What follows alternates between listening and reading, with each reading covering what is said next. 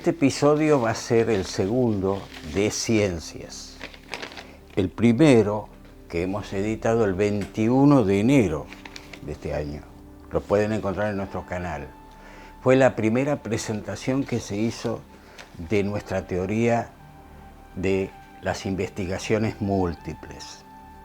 Y hoy vamos a ver en este episodio adicional de Ciencia la secuencia siguiente de eso que se expuso, para ir entendiendo qué es esto.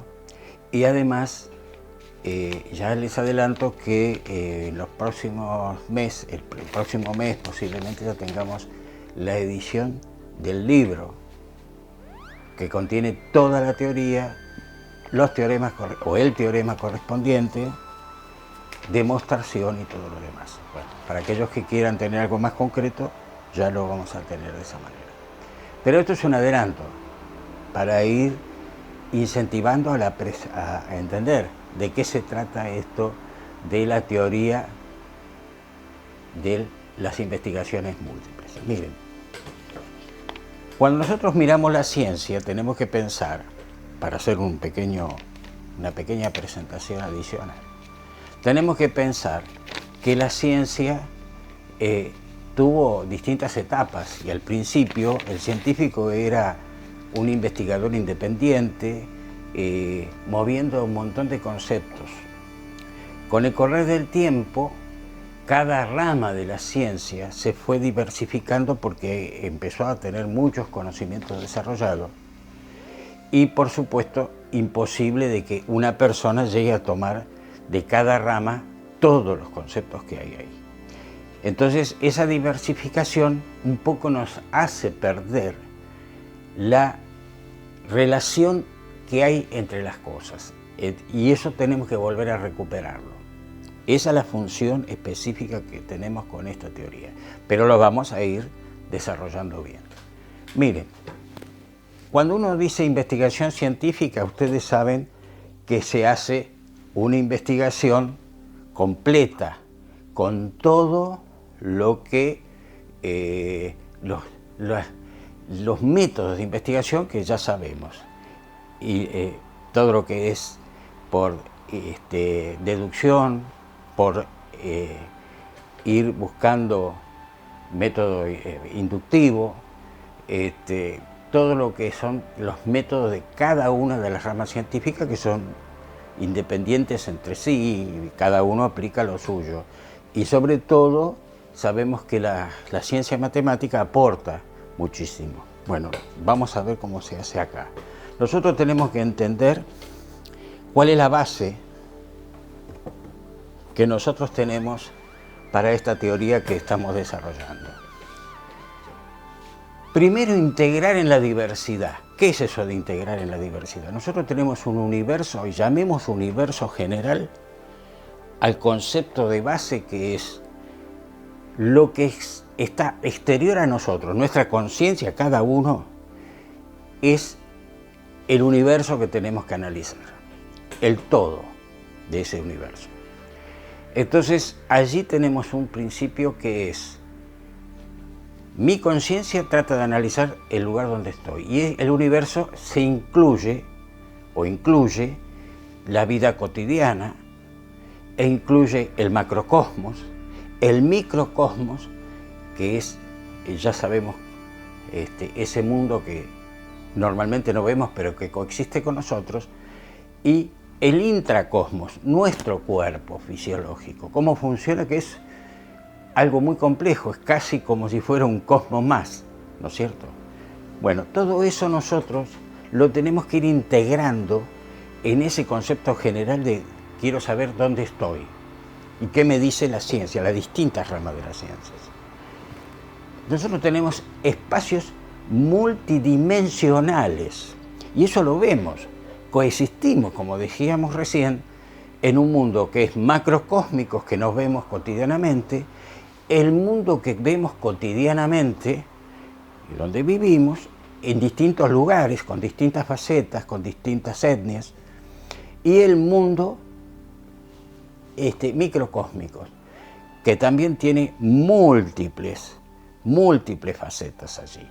Y por supuesto, especies de las que querramos ver, tan pequeño como querramos definirlo. Nosotros con esa situación tenemos que darnos cuenta que en ese universo hay relaciones entre sí, que guardan semejanzas de nivel científico. ¿Qué son las semejanzas de nivel científico? Aquellas relaciones que podemos encontrar que se pueden de alguna manera comparar. Puede haber semejanzas en algunas cosas que no tienen valores científicos, pero lo que tiene valor científico es qué puedo yo comparar de un lado para sacar conclusiones en el otro. Entonces, si encontré una relación acá y voy avanzando acá, puedo también sacar conclusiones que se apliquen acá. ¿Por qué? Porque hay una línea general que me dice que hay una evolución, que esa evolución tiene un orden, no cualquier cosa, no es un orden estático, es un orden dinámico, pero no de cualquier manera. No es que la naturaleza va generando pruebas al acaso. Tienen un sentido en todas las cosas, desde las plantas hasta los seres biológicamente superiores, llamados biológicamente superiores. Todo es semejanza. Entonces ahí puedo sacar conclusiones de cómo se comportan determinadas cosas, por complemento o por suplemento, o simplemente por comparativa. Por ejemplo, el flujo de comportamiento de un río tiene que ver con lo que es el gradiente de transporte o cotransporte de la célula. Se pueden encontrar semejanzas para pensar. Yo lo pongo como ejemplo. Y todo lo que nosotros llamamos materia, nosotros definimos materia, es el mundo donde estamos. Es lo que la ciencia estudia, decimos. Después nos encontramos que cuando estamos en los grandes aceleradores, descubrimos que hay energías que se expresan y se desaparecen, no las podemos contener. Como si fueran que los fermiones, aquellos grandes descubrimientos de Einstein, superan a las velocidades superiores a la luz el movimiento de energía. Eso ya lo sabemos, lo tenemos comprobado. Bueno, pero entonces, ¿por qué pasa eso? Miren ustedes, lo que estamos llamando materia no es solo la materia como nosotros la vemos. Nosotros decimos, la materia es lo elemental que nosotros podemos mesurar y, por supuesto, medir, trabajar. Pero el error está en que nosotros tenemos que decir, eso es materia para nosotros, esté en el estado que esté, porque nosotros podemos verlas con nuestras, o verlas no, sentirlas, medirlas, con nuestros sentidos, los límites relativos que nosotros manejamos en ese universo. Y hay un universo que nosotros no vemos, no podemos evaluarlo, ni siquiera con aparatología. Entonces eso que nos pone a nosotros en que tenemos que entender que lo que nos rodea en el universo general, es decir, vuelvo a repetir, nosotros afuera, mirando afuera, todo lo que nos rodea desde nuestra conciencia hacia afuera es sustancia, no materia. La sustancia combinada de determinadas características de energías, las podemos medir y mesurar, y entonces ahí pasa a ser materia. Ese es un tema que tenemos que ir pensando, de redefinir las sustancias. Pero para esto nosotros también necesitamos ir entendiendo cómo lo ve o qué puede aportar las matemáticas, la ciencia matemática, que siempre aporta mucho. Bueno, fíjense en ustedes, algo importantísimo que es esto. Principio o criterio de las matemáticas. Los puntos tridimensionales del espacio, cualquiera, y sus infinitos estados, porque yo puedo ahí definir algo, pendientes y rectas y planos, tengo posibilidad de medir distintas derivadas y de acuerdo a la pendiente y distintas integrales. Y cuando yo estoy manejando eso, entonces, ¿qué estoy diciendo? Que hay las fuerzas que nosotros manejamos, que son fuerza fuerte, débil, gravitacional, todo lo que es fuerza eléctrica y fuerza magnética. Hasta ahora son esas las fuerzas que estamos manejando. Nosotros podemos encontrar distintas características de acuerdo al plano que elijamos. Por consiguiente, tenemos respuesta a lo que decíamos hoy, espacios multidimensionales. El principio de perturbación, ahí dice con mínima y efecto máximo, pero vamos a decirlo un poco así. En ese universo, cualquier cosa que pase, cualquier evento que pase, por mínimo que sea, tiene un efecto en otro lado, el efecto de máxima en otro lado, en cualquier parte de la dimensión. Un efecto que pasa en astrofísica tiene en algún lugar de física cuántica un evento que coincide o se produce y va avanzando con eso. Esa es la semejanza que nosotros tenemos que buscar. ¿Está bien? Y el principio de los estados de las sustancias. Nosotros tenemos que entender que las sustancias, en este caso en general lo aprendemos con la materia, pero tenemos que ir buscándolo. Tenemos algo importante, miren.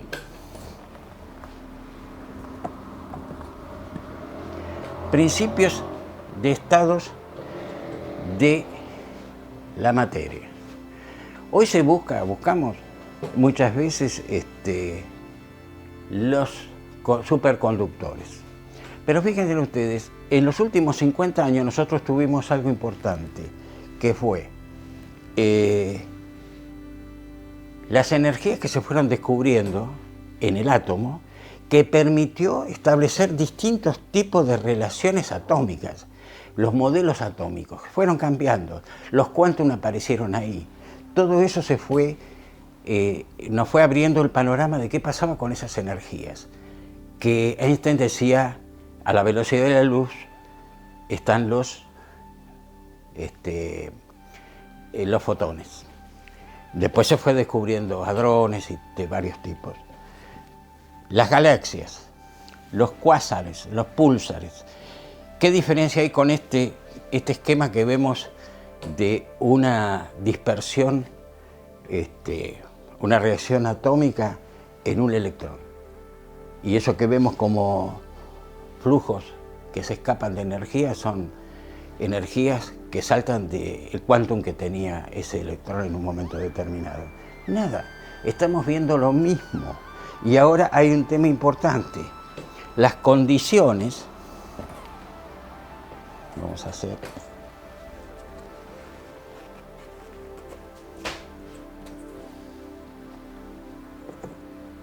cuando buscamos la materia, los superconductores, también estamos buscando algo que queremos excitar fuera de lo que es el ambiente natural de las cosas. Y eso permite descubrir algo, nos ha permitido descubrir algo, que los materiales se sobreexcitan y cambian las estructuras cristalinas, aquellos que pueden hacerlo, y tenemos allí, en ese material, de acuerdo a la energía que hemos dado, conducciones diferentes, superconductividad, hiperconductividad, si queremos llamarle, pero cambian las estructuras electrónicas adentro. Pero cuidado, estamos entrando en el terreno de encontrar aquello que es medible y aquello que no es medible. Y además, el estado se pierde en cuanto se pierde la condición de base de energía que hemos suministrado. Tendríamos que pensar en el carbono 14. ¿Qué es lo que permite una degradación o una transformación gradual en el tiempo? Por ese lado podríamos descubrir algo también. Acordémonos que la materia, las matemáticas, nos está hablando de que todo está coordinado. Hay un número áurico perfecto, el 1.61803 es una proporcionalidad que se expresa en todas las cosas, en esa dinámica que tenemos.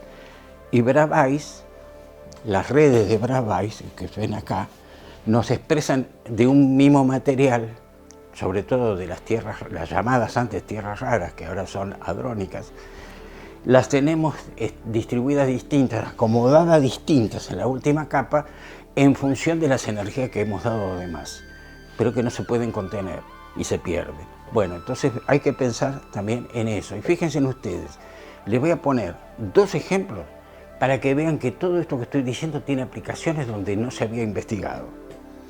Una de las aplicaciones es nuestra imagen visual. La pregunta que nosotros tenemos que hacernos es, ¿por qué si yo uso óptica para poder captar las imágenes que me rodean en tiempo récord? Porque imagínense que nosotros estamos moviendo el ojo para todos lados, la conciencia nuestra sale en todos lados y nosotros tenemos regulado todo, lo que vemos, lo que prestamos atención y lo que está alrededor. Lo vemos a través de un sistema óptico. Las leyes de óptica me permiten a mí, cristalino, manejar en la retina esa imagen, que sale invertida. Pero ¿por qué nosotros la vemos en derecho? ¿Qué es lo que hace que se invierta? El cerebro, la ciencia, la neurología. Sí, bueno, es una posibilidad. Pero, fíjense en ustedes, acá en la retina nosotros tenemos una capa membranosa.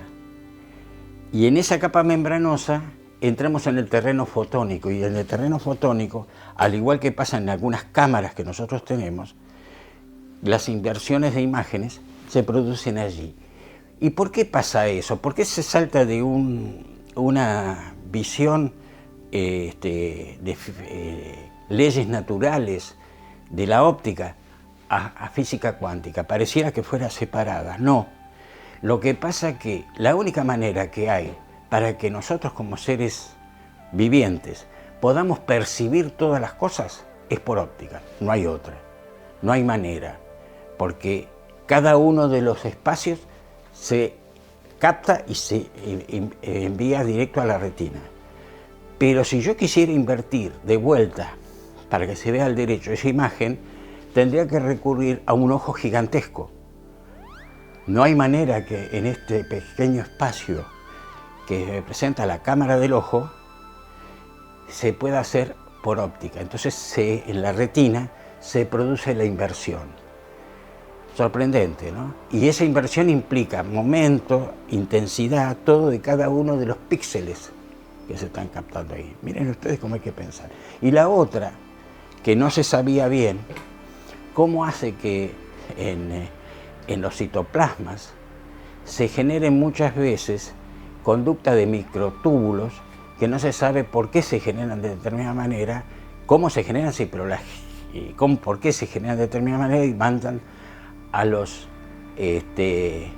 a partir de los centrómeros se manejan determinadas maneras para orientar las biopartículas que tienen que llegar a distintos lugares. Bueno, esto tiene que ver con la física cuántica. Hay que investigarlo, por supuesto. Bueno, y entonces llevemos esto también un poco más. Cuando nosotros necesitamos de expresiones matemáticas, decíamos hoy que tenemos el libro en preparación y tenemos la materia, que es la teoría de todo esto, más el teorema, que después hay que demostrarlo, y la presentación y representaciones matemáticas. ¿Está bien? Pero ahora miremos esto. Hay que buscar una constante que en la realidad me permita a mí las leyes que puedo descubrir en astrofísica, por ponerlo así, en ese macrocosmos, en la física cuántica y viceversa. Y para eso, porque así podemos ser comparativos las mediciones, ¿se puede? Y sí que se puede. Si nosotros hemos descubierto varias cosas a través del tiempo, ¿por qué no lo podemos hacer acá? Ahora, una forma es manejarse para el macro y microcosmos dándole valor a determinadas circunstancias y tiempos. La segunda es usando medidas muy grandes como el Google o el Mili Google más amplio que hay, Miria Google, Y la tercera usando un concepto parecido a la campana de Gauss, que estadísticamente sabemos que no podemos comparar dos universos tan separados. Las unidades que compongan los valores que nosotros necesitemos comparar no lo podemos hacer porque es una varianza muy grande, no hay relación para poder hacerlo. Pero de todas maneras los conceptos sirven para encontrar algo equivalente en eso, cuando nosotros decimos, bueno, vamos a ver qué cosas son la media, la parte central de la campana, y cómo podemos nosotros ajustar eso para acercarnos a eso. Después podemos usar muchas cosas. Acá es asíntota, falta una A. Porque las evoluciones de las energías son las mismas, vayamos para un lado, vayamos para el otro. Entonces, si nosotros vemos esto, estamos hablando de energías comunes, no son iguales, comunes a esto. Bueno, miren ustedes cuántas cosas podemos hacer. Yo les recuerdo que es necesario investigar, pero investigar con estos conceptos. Nos veremos, en la presentación del libro, si Dios quiere. Hasta la próxima.